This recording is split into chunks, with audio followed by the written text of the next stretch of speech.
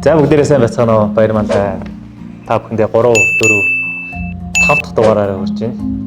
Энэхүү Man's Recommendation гэдэг YouTube сургаал эхлээд 5 дахь дугаар та бүхэндээ хүрч байна. Өмнөх дугааруудаараа би санхүүгийн эмчилгээ, why discipline буюу сахилга бод яагаад чамд хэрэгтэй юм бэ гэдэг талаар ихтэй ярилцсан. Тэгээд энэ удаад би юу ярих вэ гэж бодсон бэ гэхээр ирээдүгээ хэрхэн зураглах вэ? Ирээдүг хэрхэн харах вэ? Хүмүүс бол юу ярьдаг л да goal setting гэдэг те. Хэрхэн зорилгоо тодорхойлох вэ гэдэг л те. Миний хувьд бол зорилгоо тодорхойлох гэхээс илүүтэйгээр өөрийнхөө ирээдүг хэрхэн зураглах вэ гэж ярихыг хүсдэг. Яагаад гэвэл энэ нь илүү гүн гүнзгий утга учиртай учраас сүүлийн үед ялангуяа 10 жилийн төгсөх ангийн хүүхдүүд их сургуулийн 1, 2 дугаар ангийн хүүхдүүдээс маш олон асуулт авч байгаа л да.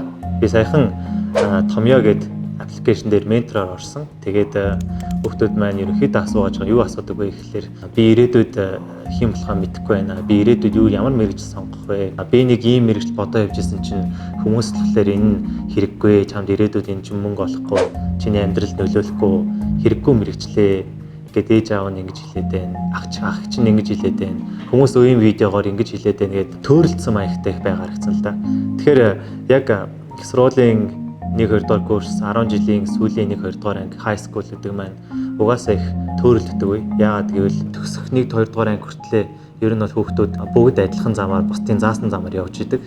За юутсан сургуульд орцсон, 1-р анги сургуульд орцсон. Тэгэл 11, 12 дугаар анги хүртлээр угаасаа л явах юм чигээ юу ч бодхоо болцсон байдаг. Өөрөө дотроо бодхон болцсон байдаг л та. Тэгээд яг төгс болоод эхлэн удацаа би одоо эндээс хайчих юм бэ? Би ямар чиглэлээр явах юм бэ гэдэг дээрээ маш том төөрөгдөлд ордог. Яагаад гэвэл өмнө нь тийм асуудлын талаар өөрөө дотроо огт бодож үзээгүй байдаг учраас. Гээд зөвхөн хүүхдүүдийг хилээд байгаа ч юм шиг. Ер нь бол бид нар ч гэсэн үдээ нас бэнд хүрсэн хүмүүс бүгдээрээ ирээдүйд яг хайчих гээд байгаа цаг авч дотроо өргөж бодож чаддаггүй, байнгын сатаарсан байдалтай байдаг. Яагаад гэвэл сатаарлах нь илүү амархан байна л да.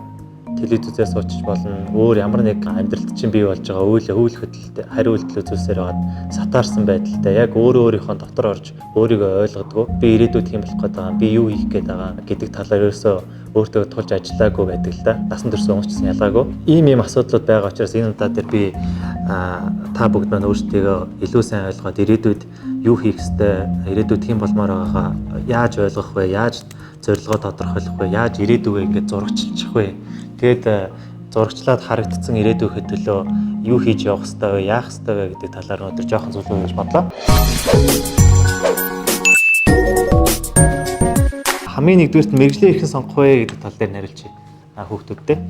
Тэгээд би өөрөө бас яг одоо нөгөө нэг дайраад бишүүлээ, тойроод өнгөрөөгөө, туулаад өнгөрсөн. Тийм болохоор би өөрөө ч гэсэн та нарт ямар мэдэрч төрж байгааг сайн мэддэг. Тэгээд тухайн үед би өөрөө яаж исэн бэ гэдэг дээр үндэслээд тайлбарлаад та илүү ойлгомжтой байх гэж бодож байна. Ахлах ангийн 1-р анги, 9-р анги байсан ба. Би чинь 11-р анги төгссөн. Тэгээд би 10-р ангитай байхдаа за ер нь жилийн дараа төгслөө. Одоо яах юм болоо би ямар мэрж сонгох юм бол гэж бодож хэлсэн л дээ. Тэгээд ээж аваад маань ч гэсэн бэлдээд эхлэхээр гисэн. Тэгээд яасан бэ гэхээр би ерөөсөө мэрэгжил гэдэг юм мэдэхгүй байхгүй юу? Зах зээл дээр ямар мэрэгжлүүд байдаг? Тэдний зах зээлд ямар хуу үн цэнтэй? Тэгээд энэ мэрэгжлийн эзэмшнээр ирээдүйд хэм болох боломжтой гэдэг мэдээлэл надад огт байхгүй. Ер нь бол бидэрт бүгдээрээ огт байхгүй. Тэрийг бүгдийг мэдэх боломж гэж угаасаа байхгүй. Тэгээд тийм болохоор аль болох их судалгаа хийж үзэх хэрэгтэй юм гэж би бодож ирсэн. Тэгээд тэр нь яаж исэн бэ гэхээр ерөнхийдөө өөрөө дотгошоогоо буюу өөртөөгөө ажиллах биш илүү гадагшаага ажиллаад байсан л да.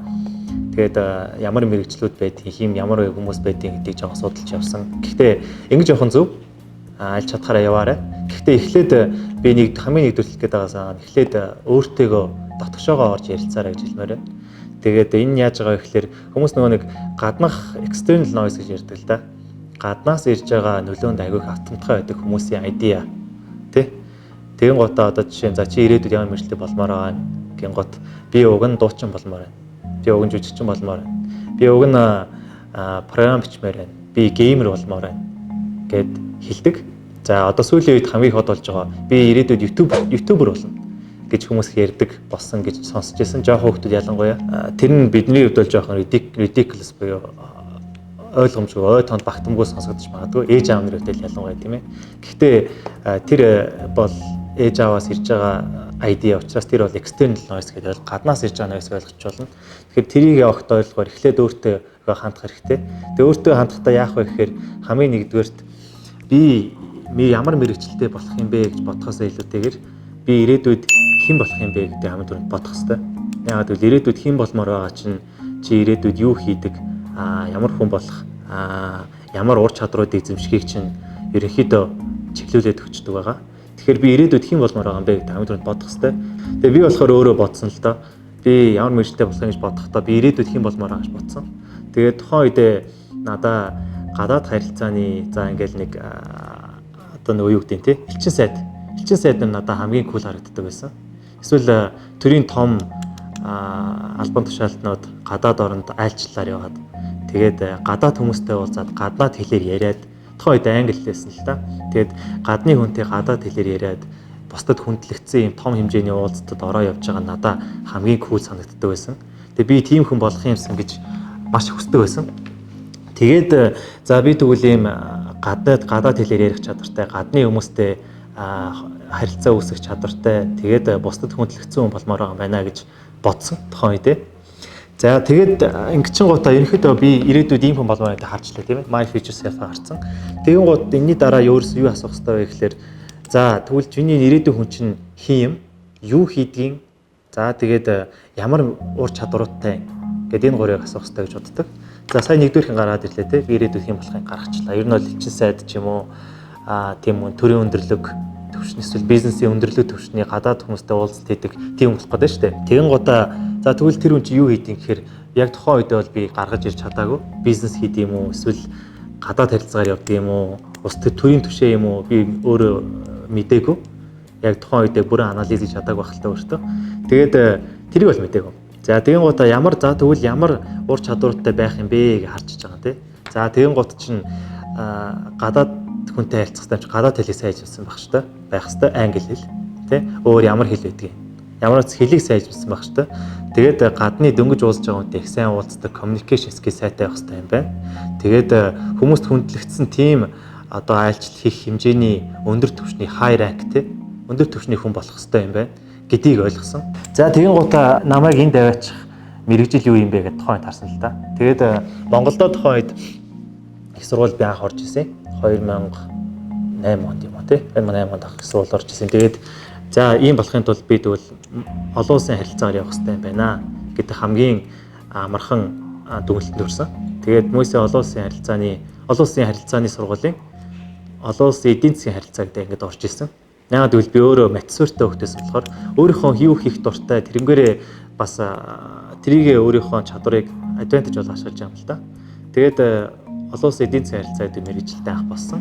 Тэр нь яаж юм ихээр би зөвхөн тухайн үедээ анзаараагүй. Гэхдээ одоо бодоход би бизнес тал руу илүү чиглээд эдийн засгийг сайн ойлгодог. Тэгээд тэр хэмжээний бизнесийн уулзалт хийх чадвартай байх ёстой гэж дотроо бол өгн бод мэдэрчээсэн юм байна лээ. Тэгээ одоо тухайн үед бол анзаараагүй. Ингээд ерөнхийдөө эн чинь нэг юм анализ хийж байна л да. Би ирээдүйд юм болох юм. Тэр хүн чинь юу хийдэг байх юм, ямар чадвартай байх юм гэдэг анализ хийж байна те. Тэгэн гут яг мэрэгжлээ сонгох гэж байгаа та бүгдэд 10 жил төгсөж байгаа хүмүүс бол ингээд болчихж байгаа те. Ерөнхийдөө ирээдүйд ямар хүн болох гэж байгаа харчин. Тэрэнд ямар мэрэгжил, ямар чадвар хэрэгтэй гэдэг харчин. Тэгээ тэр чадвар мэрэгжлийг чинь өгөх, мэрэгжлээ сонгох чинь гэсэн үг болж байгаа юм л да. За ирээдүйд та эсвэл те одоо юу гэдэг олон танигдсан хүн болно гэж болно те. Би олон танигдсан хүн болмоор байна. Гадуур ингээ явхад хүмүүс намайг таньдаг баймаар байна те. Тэгэх юм бол чамд хэд хэдэн арга байна л да. YouTube байж болж гин, жүжигчин байж болж гин, news anchor буюу те. Телевизэн хөтлөгч байж болж гин. Эсвэл олон танигдсан бизнесмен болж гин. Ус төрч болж гин. Гэх мэт зөндөө аргууд байна. Тэгээд энэ аргуудаа чигсааж үзэж хагаад чи аль нь чамд илүү тохирч чинь чи аль нь өөрөө илүү болмоор байна гэдгээ хараад үзэж болно. Бизнесмен болох гэдэг юм уу? Эсвэл телевизийн хөтлөгчийн дуртай юм уу? Хүмүүс юм ярих дуртай юм уу те? Гэх мэт байдлаар эсвэл камерын өмнө жүжиглэх дуртай юм уу? Тэгвэл ютубер байж болно, жүжиглэх байж болно те. Гэт ингээд мэрэгжлүүдээ сонгоод явах боломжтой байгаа. Би энэ дэр нэг арга танилцуулъя гэж бодоод байна л да. First principle гэдэг. Физикийн аливаа асуудалд ханддаг аргуудын нэг л дээ first principle гэдэг. Тэгээ энэ нь болохоор яадаг вэ гэхээр ерөнхийдөө ямар нэг асуудлыг задлж болох хамгийн жижиг хэмжээ хүртэл задлж явуулдаг. Ер нь асуулт асуу гэсэн үг л дээ. Тэгээ энэ дээр нэг жишээ авъя л да. За би ерөөсөө байнгын мөнгөгүй байгаад байна гэдэг асуудал бай заяа. Та Та үргэлж мөнгөгүй байна. За тэгэнгүүт энийгээ задлж үзэх хэрэгтэй. Мөнгөгүй байна гэдэг асуудлаа тэрийг доош нь задлая. Яагаад мөнгөгүй байна гэж асууна тий. Мөнгө чинь мөнгөтэй байхын тулд орсон орлого чинь зарсан зардыг чинь тавьж явах хэрэгтэй тийм үү? Орлого зардал тийм ээ. Тэгэнгүүт орлого чинь бага байгаа мó зардал чи их байгаа мó гэж харах хэрэгтэй тий. За ингээд зардлаа чинь хэд байгаа ингээд хараад үз чинь зардал чинь их байгаа бол зардлаа багасгах хэрэгтэй мэн орлого чинь хэр байгаа. Орлого чинь таны зардалд хүрэхгүй байгаа гэдэг нь ойлгомжтой шүү дээ. Тэгэхээр эндээс таны зардлууд дунд чинь хэрэгцээтэй зардал хэрэг байгаа, хэрэггүй зардал хэрэг байгаа. Хэрэггүй зардал үр ашиггүй зардал их байгаа бол тэрийг таньж болж байна. Тэ? Эсвэл хэрэгцээ зардал чи өөрийн чинь орлого хүрдэггүй бол заадвал орлого нэмэх хэрэгтэй юм гэх мэт ингээд задлаад системтэй задлаад логик дараалтаагаар задлаад асуудлын утга учирыг олохыг ерөнхийдөө first principle гэж хэлдэг л дээ. Тэгээд яг энэ мэрэгжлийн эрхэн сонгох вэ? Би хэн болохоо мэдэхгүй байна гэдэг энэ дээр би дөнгөж сая энэ first principle гэдэг аргыг ашигласан. Мэрэгжлийн эрхэн сонгох вэ гэдэг асуудлын ард гол асуудал нь юу вэ гэхээр би ирээдүйд хэн болмоор байна гэдэг мэдэхгүй байна гэж дүгнж байгаа. Задлж байна шүү дээ, тий? Би мэрэгжлээ авахаа мэдэхгүй байна. Ирээдүйд хэн болохоо мэдэхгүй байна. За тэгвэл ирээдүйд хэн болохоо яаж мэдэх юм бэ гэх юм бол чи юу хийх дуртай юм те? Эсвэл ямар хүн чамайг ямар хүнийг харахаар би энэ шүүгэл хүн шиг болмоор байна гэж боддгийн. Эсвэл ямар ур чадвар чамайг ингээд сэтгэлээ чи хөдлөгдгийн те. Тийм өөрийнхөө дотгошоогоо хандаад тэднийг олох хэвээр. Тэгээд нэг хараад авчиж байгаа шүү дээ. За би энэ хүн шиг л болмоор байна гэж үргэлж хүн бодож явдаг дотроо. Тэгээд ингээд задлаа за чи энэ ийм хүн шиг болчлоо. За тэгвэл энэ хүн чинь цаашаа юу хийдгийг ямар ур чадвартай гэж задлсан тийм үү. За тэгээ ур чадвар нь ийм ур чадвар байна. Юу хийдэг вэ? Ийм өдөртөө хийж байна. Тэгээ тэрийг задлж байгаад би за тэгвэл ийм ур чадвар эзэмшихийн тулд ийм юм хийхин тулд би энэ мэрэгжлийг сонгох хэрэгтэй гэдэг ийм логик дараалалаасаа явлаа л да. Ерөнхийдөө энэ first principle гэдэг аргаар сая задлаа явчихж байгаа гэсэн үг. Тэгэхээр ерөнхийдөө айгүй амархан ойлгоцсон байх гэж бодож байна. Ирээдүйд хэм болохоор харчлаа. Тэр хүн юу хийдэг, ямар чадвартайгаа харчлаа. Тэгээ тэндээс нь задлаад энэ чадвар энэ хийх үйл өдөр тутмын хийх боломжийг надад аль мэрэгжил олгохын гэдгээ нөгөөдгөөгөө харьцуулж үзээд тэр мэрэгжлээ сонгочноо гэсэн үг ерөнхийдөө айгүй амархан. За тэгээд энэхүү аргыг зөвхөн одоо мэрэгжлээ ирээдүйд хэрхэн сонгох гэж байгаа гэдэг дээр ашиглах биш, ямар ч асуудал дээр ашиглах боломжтой. За тэгээд бид нэр насан турш хүмүүсийн хувьд бол ирээдүйд хэм бол яах юм, ямар зорилготой байх юм те, юу хийж байгаад өгөх юм гэдгээ бодохдоо энийгээ байнга ашиглаж болно. Ерөнхийдөө яаж ашиглах вэ гэхэлэр за би ирээдүйд ямар зорилготой байгаа, санхүүгийн тал дээр би санхүүгийн тал дээр ямар зорилготой байгаа, эрүүл мэндийн ямар байх юм, гэр бүл маань ямар байх юм, хэдэн хүүхэдтэй байх юм, хизээ гэр бүл гэх юм те, нөхөрлөх юм, эсвэл эхнэр авах юм те. За тэгээд банкндаа би хэр хэмжээний хадгаламжтай байх юм, би бизнестэй байх юм уу, үгүй юм уу те. Гээд ирээдүйд ерөнхийдөө зорилгоудаа ингээд хуваагаад тодорхойлж хэрэгтэй л те. Тэгэн гутаа тэр болгон дээрээ харьцуулж харах хэрэгтэй. За би ирээдүйд 3 хүүхэдтэй болъё гэж бодож байгаа бол би одоо 29 настай. Тэгэхээр нэг 40 наснаас өмнө 3 хүүхэдтэй болчих гэж бодож байгаа бол за надад 11 жил байна. Тэгэхээр би 11 жил 3 хүүхэдтэй байхын тулд доотлол нь 1 жилийн засвартайгаар 2 жил 6 жил байх хэрэгтэй. За тэгэхээр би 5 жилийн дараа эхнэрээ олцсон битээр эхнийхээ хүүхд хийж явах хэрэгтэй болж таарж ийн. Тэгээд ингээд задаад үзэж явах хэрэгтэй. Тэгээд энийг яаж хийх гэхээр яг саяны шиг first principle-ээр задлчихна. Тэгээд одоо би ямар байгаа гэдгээ сайхан чагсаагаар биччихэн л дээ. Одоо миний банкнд хэдэн төгрөгийн татваламж байгаа. Одоо би гэр бүлгүй болчихж байгаа. Тэгээ би өөрийнхөө хувьд бол би чинь гэр бүлгүй. За тэгээд одоо би ирээдүйд 50 наснда гоё сайхан бие зүв авч явсан таргалаагүй тийм сайхан 50-тай ч гэсэн 30-тай юм шиг харагддаг тийм сайхан байхыг хүсдэг. За тэгвэл би одоо ямар байгаа гэдэг өөрийгөө харахаар би одоо тарган байгаа мó үгүй байгаа мó гэдэг харчин тийм ингээ өөрийнхөө одоо чагсаагаа биччихин. Ирээдүйд ямар болох чагсаагаа биччихин. Тэгээд харьцуулж үзээд тэр харьцуултан дээрээсээ comparison хийж байгаа юм л да. Тэгээд одоо би ямар өөрчлөлтүүдийг хийх ёстой юм гэдэг тэн дээрс харчиж болж байгаа. Тэгэн гутаа энэ анализыг ерөнхийдөө нэг удаа хийгээл орчих юм биш. Frequent буюу тогтсон давтамжтайгаар хийх ёстой. Жилдээ нэг хийхийг би зөвлөнө. Хагас жилдээ нэг хийж болно. Гэхдээ хагас жил жоохон бага хугацаа байдаг учраас жилдээ нэг хийвэл зүгээр юм болов уу гэж бодож байна. Жилдээ нэг хийгээд өөрийнхөө одоо ямар байгааг нэг гаргаж ирж өөртөө ярилцаж гаргаж ирээд ирээдүйд хэм болмоороо өөртөө ярилцаж гаргаж ирээд тэрийгэ харьцуулж хараад одооноос өөрийнхөө төлөвлөгөөгөө бэлдээд тэрийгэ хэрэгжүүлээд явах хэрэгтэй гэж ерөөхдөө боддог. Тэгээд Миний хувьд бол одоо өөрөө сар болгон энэ дасгалаа хийдэг байж байгаа. Энэ сард би ямархуу хэмжээний өөрчлөлтийг хийж чадав. Тэгээд одоо миний хүн чинь байнга өөрчлөгдөж идэх хүн хагас жилд нэг сард хагас жилд нэг жилийн дотор хүний ирээдүйд хүсэж байгаа зүйл өргөж өөрчлөгдөж идэг. Тийм учраас энэхүү анализыг өөртөө ирээдүйд болмоор байгаа энэ зорилгоудаа өөрчилж явах тул ямар ч асуудал байхгүй. Ялгаагүй түрүүний мэргэжлээ сонгосон хүүхдүүд тандаж хэлэхэд за 10 жил төгсөхдөө мэргэжлээ сонгоцсон. Би нэг мэргэжлээр явчлаа. Тэгээд энэ мэргэжлээрээ сураад 1 жил 2 жил явжсэн чинь би ийм хүн болмооргүй байна гэдгийг ойлгосон. Тэгээд би өөр юм руу одоо өөр чиглэл рүү надад илүү сонирхолтой санагдсан гэж болно. Тэр үед бол зүгээр хүн байнга өөрчлөгдөж идэх хүн учраас тасралтгүй суралцж явах хэрэгтэй. Тийм болохоор зөвхөн нэг мэргэжил эзэмшээл бол тэр мэргэжлээрээ насан туршдаа амьдрах гэсэн үг бас биш. Тэгээд ер нь бол өөрийгөө олдлоо ингэж өөрийнхөө зорилгыг үргэлж шинжилж яваарай гэж хэлдэг. Стив Джобс хэлжсэн баха. Өөртөөгөө ярилцж ирээдүгээ тодорхойлоорой гэсэн байдаг. Яагаад гэвэл гаднаас ирж байгаа noise гэж ярьдаг л да. Гаднаас ирж байгаа хүмүүсийн санаа бодол, мэдээлэл гэдэг бол асар их. Тэгээд тэр нь танд үргэлж тохирсон байхгүй. Тийм учраас зөвхөн өөртөөгөө харилцаарай гэж энэ удаад хэлмээр байна. Яагаад гэвэл ихэнх тохиолдолд ээж аав нар, хамаатан садан, багш, ойр дотны найзууд болон таны хүндэтгэж явдаг хүмүүс үргэлж чиний өөрийг дотроо хүсэж байгаа зүйлийг ойлгохгүйгээр өөр зүйлээр таныг шахаж идэг. Тэгэд энийг өөртөө ихтэй илүү ойрхон учраас хүн үргэлж нөгөө serious-аар гэх юм уу те хүлээж авдаг учраас өөрийгөө сонсолгүйгээр энэ хүмүүсийг хүндэлдэг хүмүүсээ сонсоод өөртөө явчих магадлал байдаг. Саяхан нэг охин надаа төгөөгээд тэр нэг бүжигчин залуугийн 4-р industry, fourth industrial revolution-ны талаар ярьсан зүйл дээр болохоор за ингээ ирээдүйд эн чинь ингэж өөрчлөгдөнө. Тийм болохоор одоо чи одоо сураад байгаа бол өөр чиглэлээр яв. Чи дэмж болоод яах юм гэсэн баг тиймэрхүү юм ярьсан юм байлээ. Тэгээ трийг нээс нь болоод их төөрцөө явжсэн л да. Өөрөө уг нь эмчийн мэрэгч сонгочоод явжсэн.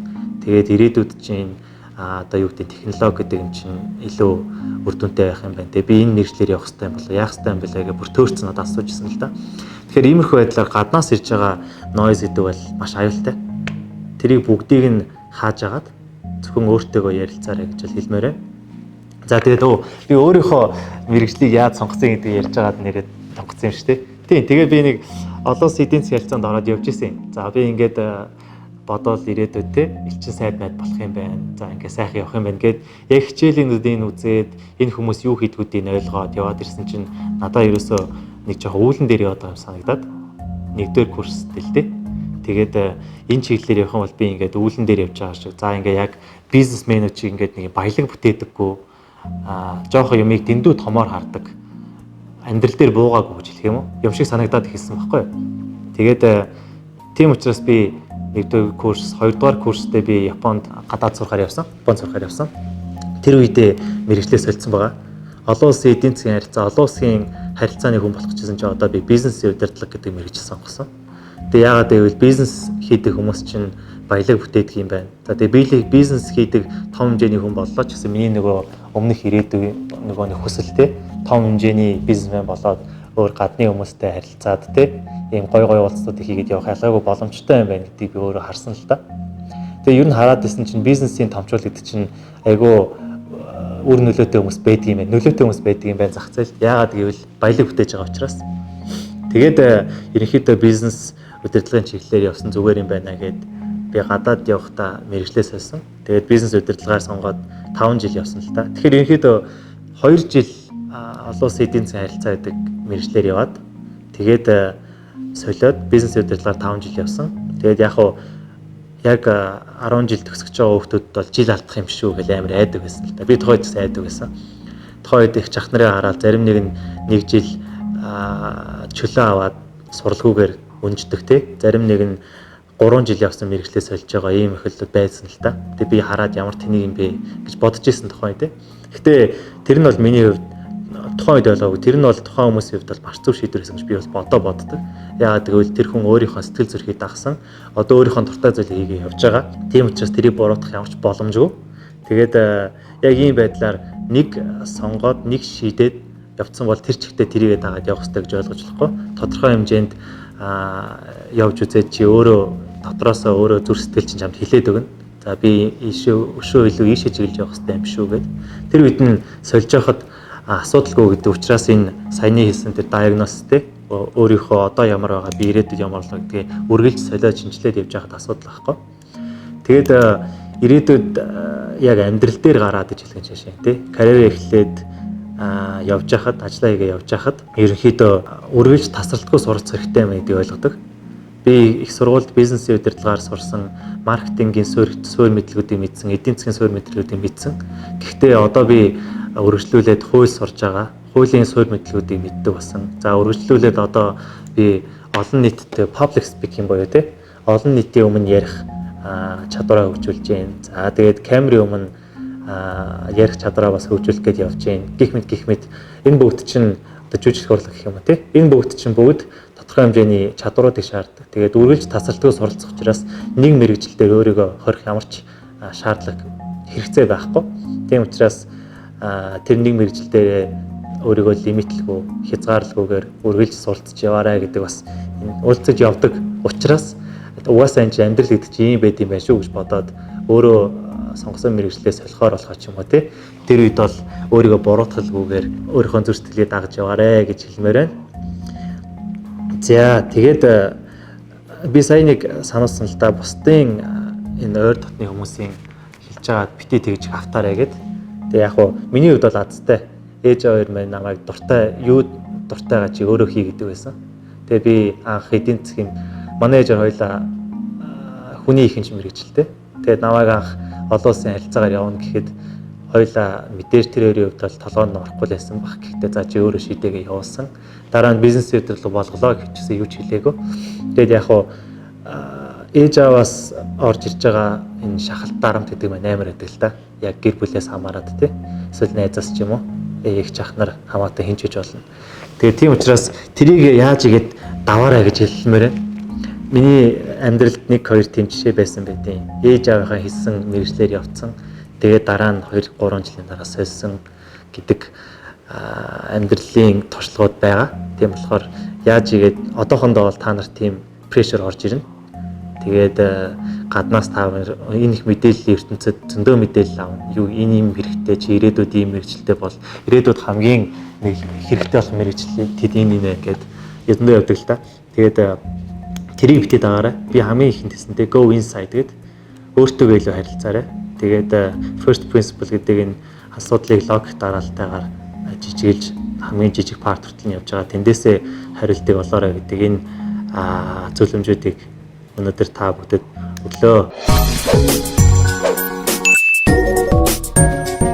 Бизнес удирдлагаар сурч төгсөөд би Монголд 2016 онд ирсэн. Монголд ирэх шийдвэр бол бас тусдаа нэг шийдвэр байсан учраас тэрийг өргөч тий.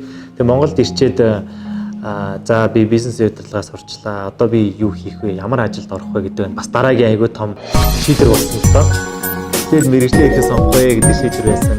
За мэргэжлээ өөрчилсөн шийдвэр байсан. Одоо дараа нь ямар ажилд орох вэ? Ямар чиглэлээр ажиллах вэ? Ямар салбарт ажиллах вэ гэдэг дараагийн хамгийн том асуудал тулсан л да. Тэгээ бизнес удирдлага гэдэг чинь өөрөө айгүй өргөн хүрээний мэргэжил учраас хаанч орж болдог, ямар ч салбарт ажиллаж болдог ийм сонирн байдлаар тийм гоч надаа ийм үүлэн дээр хөвж байгаа юм шиг айгүй их сонголттой. Гэхдээ бүр алийг нь хүсээд байгаа гэдэг ойлгохгүй болцсон л доо.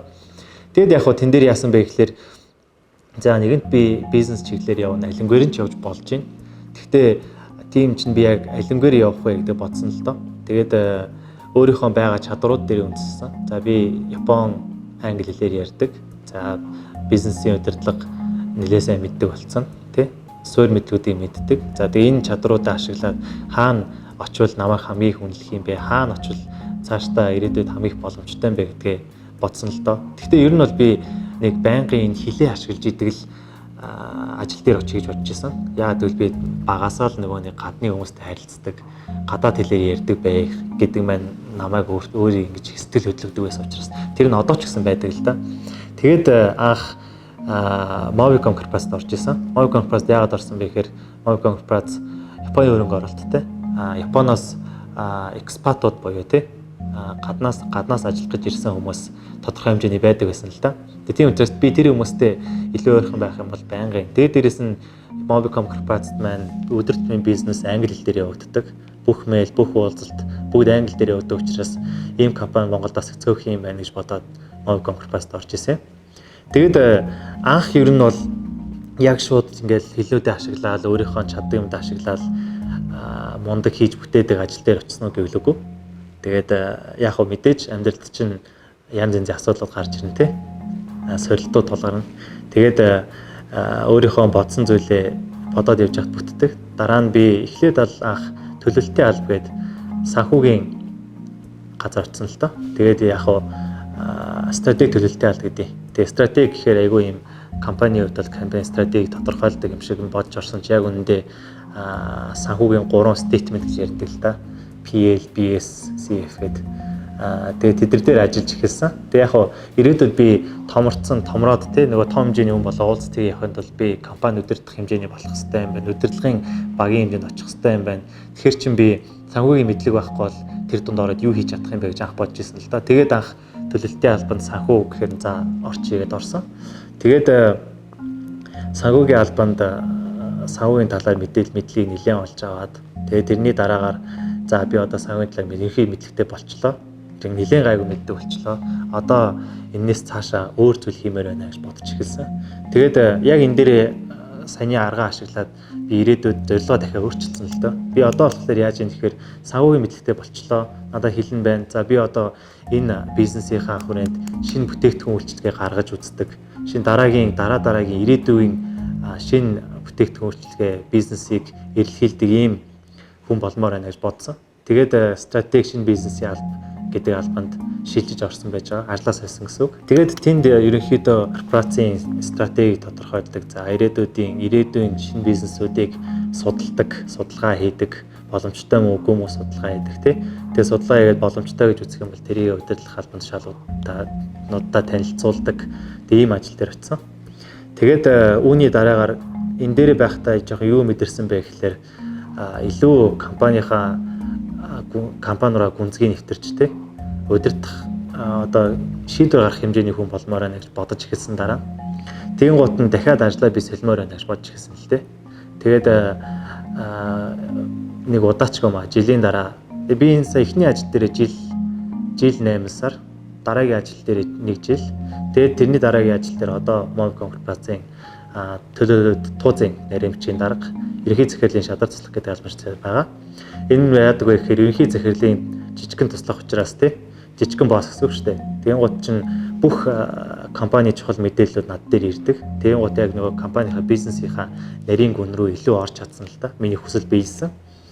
За тэгээд туузын наримч болсон чинь гинт хуулийн мэдлэг хэрэгтэй болсон. За тэгээд хуулиас анханаас нь сурч эхэлсэн. Тэгээд компани дотоод мэдээллүүдийг мэддэг болчихсон гут чинь за тэгэн гут одоо юу гэдгийг те яаж confidential байх вэ? Яаж хэрхэн мэдээллийг өөртөө хадгалж сурах вэ? Те хинтж гаргахгүйгээр хадгалж сурах уу? За тэгээд олонний өмнө их яриа хийдэг болсон.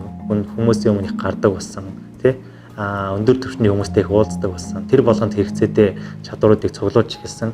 Хүнтэй яаж дээд хэмжээний уулзалтыг хийх, хүнтэй яаж гар барих уу? Хизээ нэрийн утсаа өгөх, хизээ ямар тохиолдолд чи үг хэлэх үү те гэдэг зүйлүүдийг бүгдийг ерөнхийдөө анхнаас сурах хэрэгтэй болсон л да. Тэгээд одоо энийгээ сураад явж байгаа. Тэгээд удахгүй дараагийн career step маань би дахиад зорилгоо шинжилсэн. Дараагийн миний зорилго тодорхой байгаа. Тэгээд энэ зорилготой хүрэх гээд явж байна. Дараагийн career step юу байхыг мэдэхгүй байна. Гэхдээ энэ байдлаар хүн үргэлж өөрийнхөө зорилгыг тодорхой нэг зорилго тавиад үүнийхээ хүрэх гээд явж байгаа хугацаанд өөрчилдөг. Хүрсний дараа дахиад өөрчилдөг ийм байдаг байгаа шүү. Тийм учраас зорилгоо өөрчлөх нь зүгээр болно. Зорилгодоо хүрээд хүрснийхаа дараа дахиад зорилгоо шинээр тодорхойлох хэрэгтэй. Зорилго руугаа явж байгаад хүрээгөө дунд нь өөрчлөлмөр санагдал өөрчилж болно. Зорилгоо тавьж явж байгаа зорилгодоо хүрэх юм бол дараагийн зорилгоо заавал тавьж явах хэрэгтэй. Тэгэхгүй бол зорилгогүй хүн гэдэг бол нөгөө чиглэлгүй усан онгоц гэдэг шиг нөгөө нэг далайн хөвөнд хөвөөж явж байгаа л нэг уул хад очоо мөргөөд осолдчдаг яг тийм л зүйл болдог. Тийм учраас өөрийн гэсэн тодорхой зорилготой чиглэлтэй явах нь хамгийн чухал.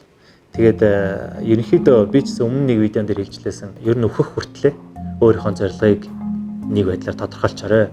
Тэгээд энэ зорилгоо шинжлэх болгондоо тэр өөхөх хүртэлх зорилгоо өөрчлөх хэрэгтэй бол өөрчлөөд явж ивэл зүгээр шүү гэдэг мессежийг та бүхэнд өгмөр байна. Тэгээд дараа нь энэ first principle хас гадна өөр асуудлыг яаж шийдэх вэ гэдэг талаар би дараа нь видео хийж бодож байгаа. Тэрэн дээр бүр илүү презентацтэй, вижюалтай тайлбарлах учраас тэн дээрээс илүү сайн ойлголтыг аваарэ гэж хэлмээр байна. За тэгээд өнөөдрийн хичээлээ ингээд дуусгая. Удахгүй видео маань 7 хоногийн дараа эсвэл 14 хоногийн дараа за ихтэл 14 хоногийн дотор гарах учраас бүгдээрээ ирээдүйн гарах видеог маань хүлээгээд байж байгаарэ. За баяртай.